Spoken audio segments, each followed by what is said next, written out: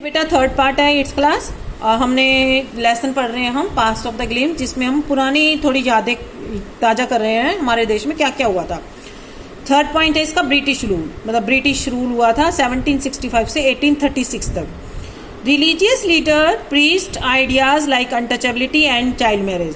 पहले हमारे देश में आपको पता है कि छुआछूत भी थी और बचपन में ही बच्चों की शादी कर दी जाती है। तो जो ये गुरु बाबा संत होते थे ये लोगों को समझाते थे।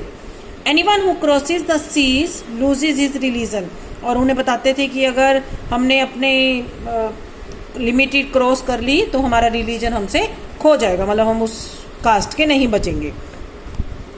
All the misery in the world is due to women। कुछ लोग कहते थे कि जो भी संसार में गलत होता है सब कुछ औरतों की वजह से होता है।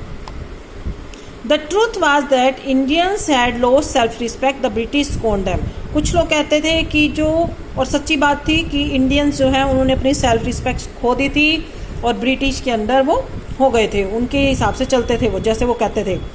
The natives are unworthy of trust, incapable of honesty, true your honour but I am honest. ठीक है, ये आपस में जो भी बात किया जाता था और जो भी सेवक होता था वो उनकी हाँ में हाँ बुलाता था, जो भी वो कहे चाहे कुछ भी।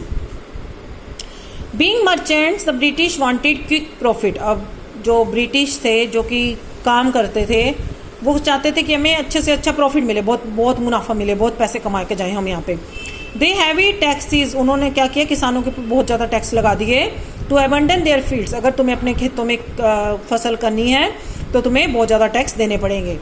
But your man are taking all my crop. और जो किसान थे वो कहते थे कि तुम्हारे आदमी तो हमारी सारी क्रॉप ले गए।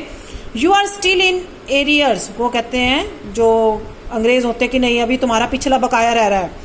If you don't pay next week I send you to jail. अगर तुमने वो नहीं चुकाया तो हम तुम्हें जेल में डाल देंगे। मीन्स धोखे से उनसे उनकी सारी रकम वसूल दी जाती थी। Still the British invented other methods which gave them more profits. अब उन्होंने ब्रिटिश लोगों ने और मेथड ढूंढ लिए जिससे कि उन्हें और प्रॉफिट मिले। क्या मेथड थे वो? The goods manufactured in England should not have any import duty when brought into India. कि जो इंग्लैंड के लोग थे जो इंडिया पे आए थे, तो जो इंग्लैंड में सामान बनता है वो हम इंडिया में बेचेंगे और उस पर ज़्यादा पैसे लेंगे और उस पर इम्पोर्ट ड्यूटी नहीं लगेगी। मतलब इंडिया में आएगा सामान तो उस पर कोई भी टैक्स नहीं लगेगा। जो बाकी लोग थे वो सहमत हो जाते हैं कि हाँ बहुत अच्छा आइडिया है। The East India company's laws began to cripple Indian industry. उनका क्या आइडिया था कि इंडिया की इंडस्ट्रीज को ख़त्म कर दिया जाए, सारा सामान बाहर से इम्पोर्ट हो और अंदर कुछ नहीं बने।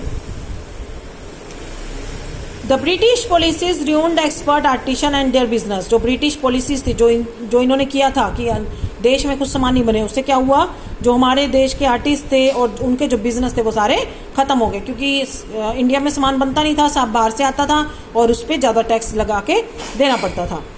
Inevitable famines followed between 1822 and 1836। 15 lakh Indian died of starvation. उनकी इसी तरीकों से 1822 से 1836 में 15 लाख जो है इंडियंस जो है मर गए भूखे, क्योंकि उनके पास ना तो खाना था ना कुछ और था, ना तो वो कमाई कर सकते थे क्योंकि सारे काम खत्म कर दिए गए थे।